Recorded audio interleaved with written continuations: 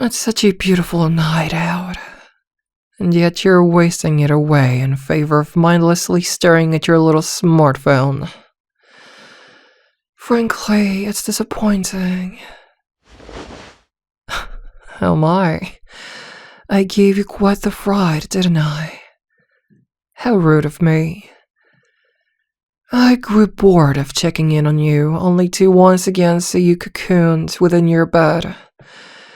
So I thought how to make your night more interesting. Yes, checking in on you. Like your own personal guardian angel.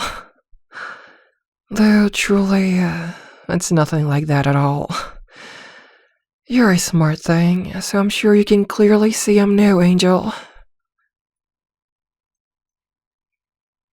Freakish stalker. What an accusation. My lambkin. To be a stalker is to watch over someone without having permission to do so. I assure you that definition doesn't apply to me. Police?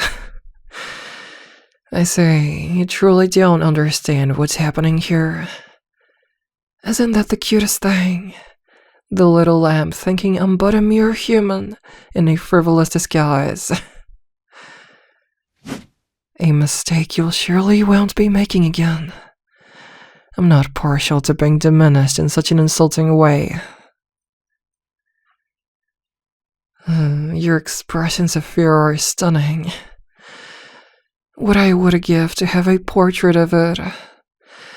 Your pretty face tugged around by fear, forever immortalized in oil and pigment.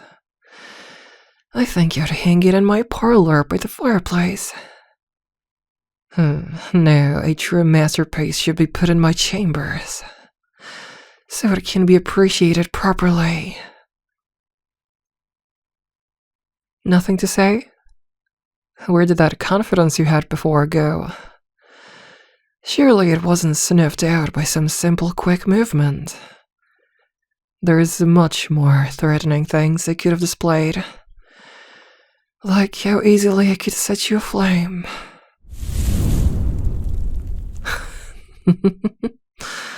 You are very fun to mess with. Perhaps I should have shown myself to you sooner. But no, I decided to be nice and let you get to live out some of your life, experience the world for yourself. And you've spent much of that graciously given time rotting away in bed. Tell me, what have you eaten today? I asked you a question. Answer it. Ugh, that hardly qualifies as edible, let alone food. Honestly, you would think humans took pleasure in poisoning themselves with what you all eat nowadays. Here you are, face fit even for a king. Eat.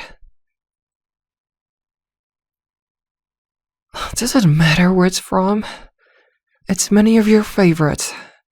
As well as a couple other things you've always wanted to try, if I'm correct. Now eat. You wouldn't want me to be rude. Good little lamb.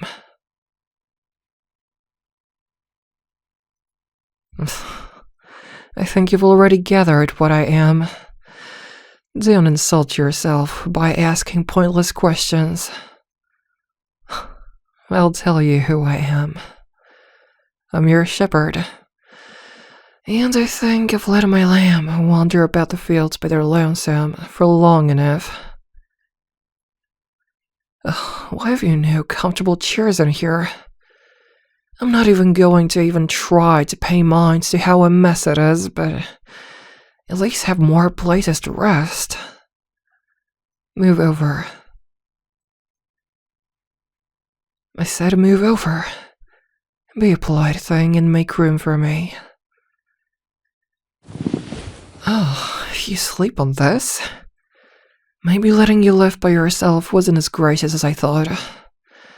I could have taken such better care of you. Do you think I need a reason in order to deem that you are mine?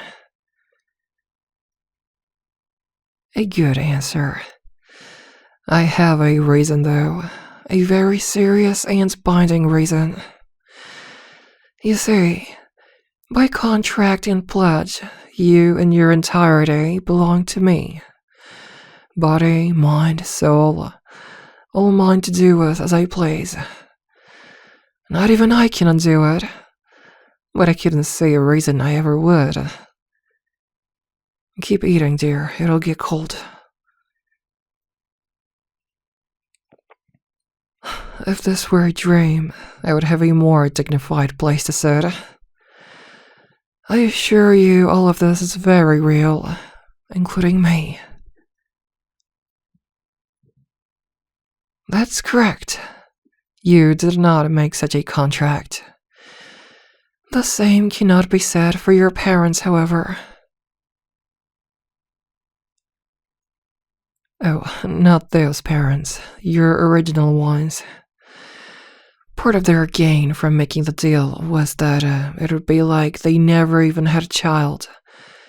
So they never did. Your soul was nicely moved to another body. And the parents that you knew got to have you instead of a stillborn. Isn't that lovely? Everyone ended up happy in the end. May I have some of that? Your food. May I have some? Feed it to me. You heard me, my little lamb. I'm growing tired of repeating myself.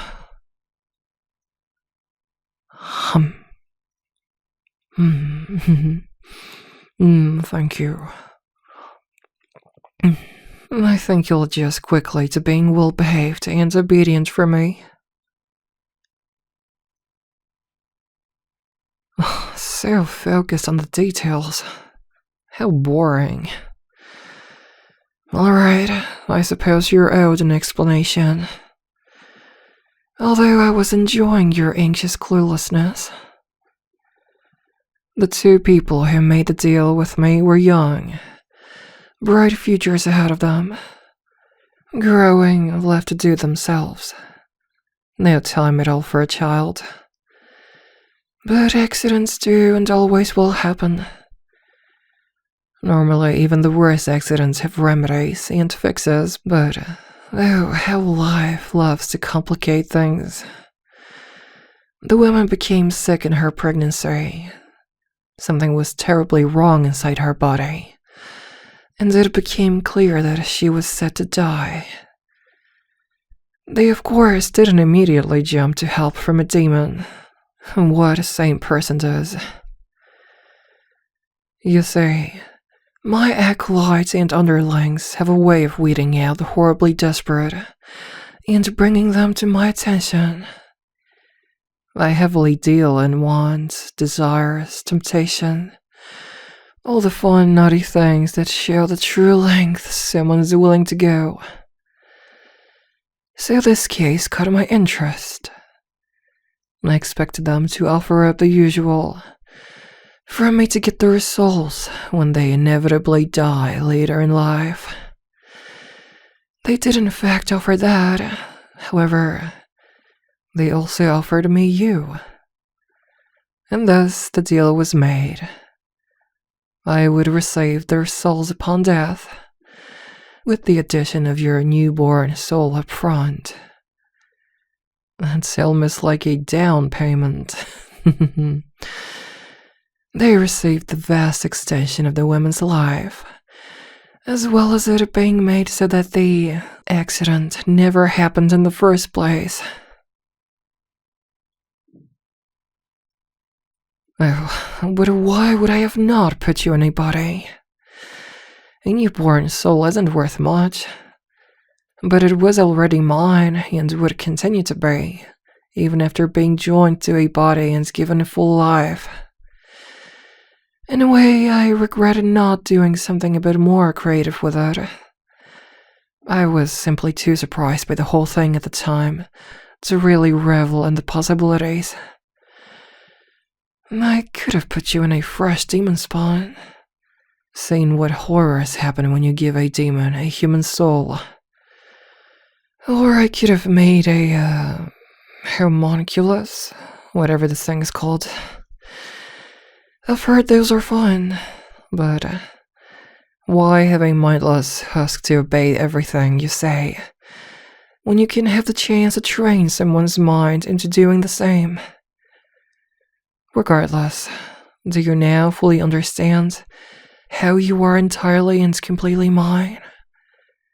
Or were you not following along? Wonderful. Are you ready then? Well, ready to leave. Now that we've become acquainted, I'm absolutely not having you be in this place for any longer. And you need to see where you'll be living.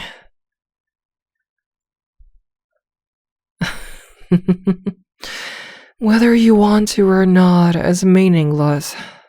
As I said before, I was being gracious and letting this much of your life be yours to have.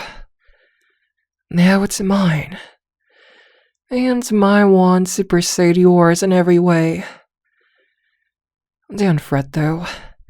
I treat all of my belongings with utmost care. And I think you may be my new prized possession. Oh, visiting friends and family can be discussed later. Are you ready, my lambkin? Very good. Then off we go to your new home and a new life. I can hardly wait.